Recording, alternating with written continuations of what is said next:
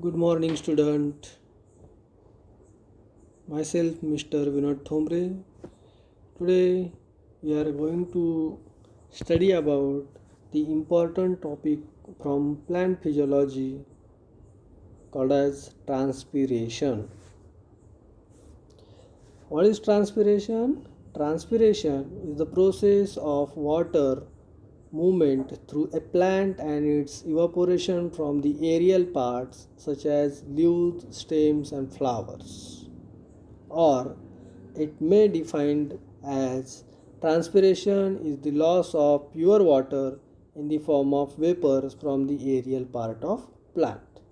Aerial part of plant, that means the leaves, which is having the stomata in upper and lower epidermis, and it is a small aperture which provides the entry or exit to the gases. Transpiration ratio.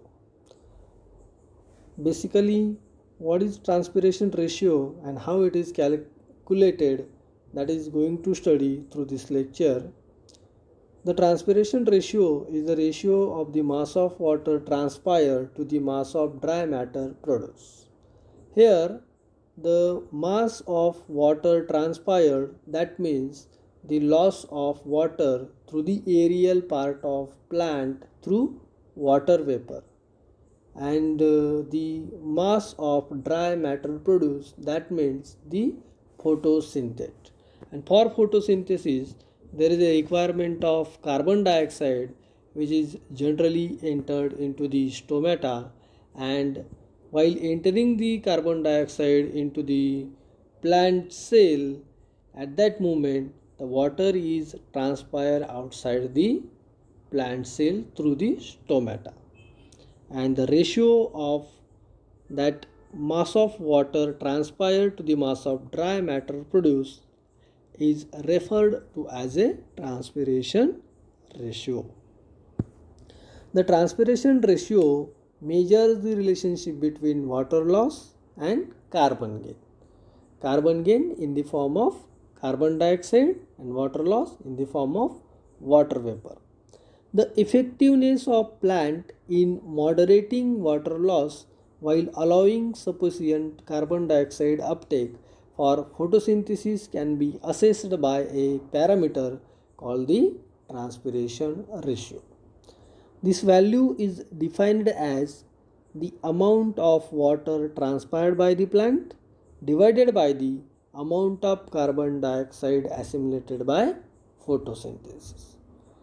For typical plants in which the first stable product of carbon fixation is a 3 carbon compound, and we called such a plants are called C3 plants. The first stable compound in such a kind of plant is 3 carbon compound. For that plant, about 500 molecules of water are lost for every molecule of CO2 fixed by photosynthesis, giving a transpiration ratio of 500. That means 500 molecules of water they are lost for entering a single carbon dioxide molecule into the plant cell. So, plant with a transpiration ratio of 500 have a water use efficiency of 1 divided by 500 or 0.002. Now this is the formula for calculating transpiration ratio. Transpiration ratio is calculated by this formula. The formula is the number of water molecule transpired divided by number of carbon dioxide molecule fixed through photosynthesis.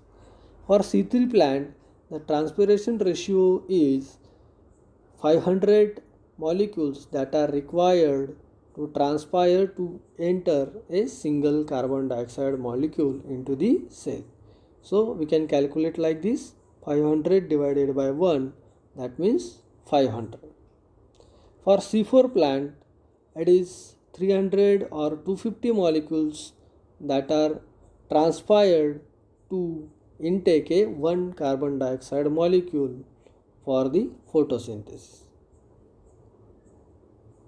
For this 300 divided by 1, or it may 250 molecules for some plants divided by 1. Then the transpiration ratio we will get for C4 plant is 300 to 250. And in case of calm plant, that is the plant which is having a mechanism of crassulacean acid metabolism,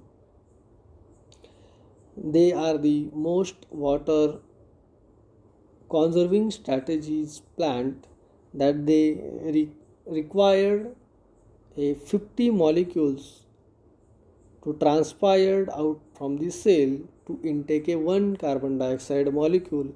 Hence the transpiration ratio we will get for calm plant is 50. Okay, so if we arranging the plant in the order, the most transpiration ratio or the more transpiration ratio of the plant is of C3 plant. Up to C3 plant, C4 plant that has least amount of water molecules that are required to transpire to intake a 1 carbon dioxide molecule, and the highest water conservation strategy the plant has, which is called calm plant, it requires only 50 molecules to intake a 1 carbon dioxide molecule into the cell. Now, what are the water conservation strategies that are present in plant? The first water conservation strategy which is present in plant is reduce leaf size.